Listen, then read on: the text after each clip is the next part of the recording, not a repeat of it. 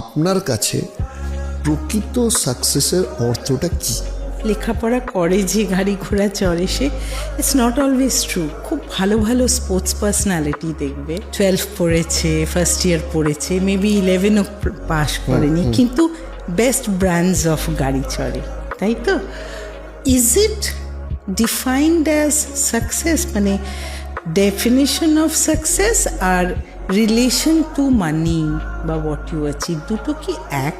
আমার মনে হয় না। ডেফিনেটলি তোমার লাইফে ভালো করতে গেলে, এস্টাবলিশড হতে গেলে তোমার মানিটা ইজ আ পার্ট, কিন্তু ultimately success is satisfaction.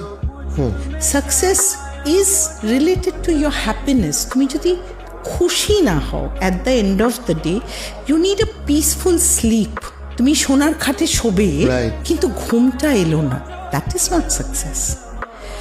Success is something much, much more. If you earn money but you do not have your health with you, actually you are not successful. You have money but you are not having the smile on your face, you are not successful.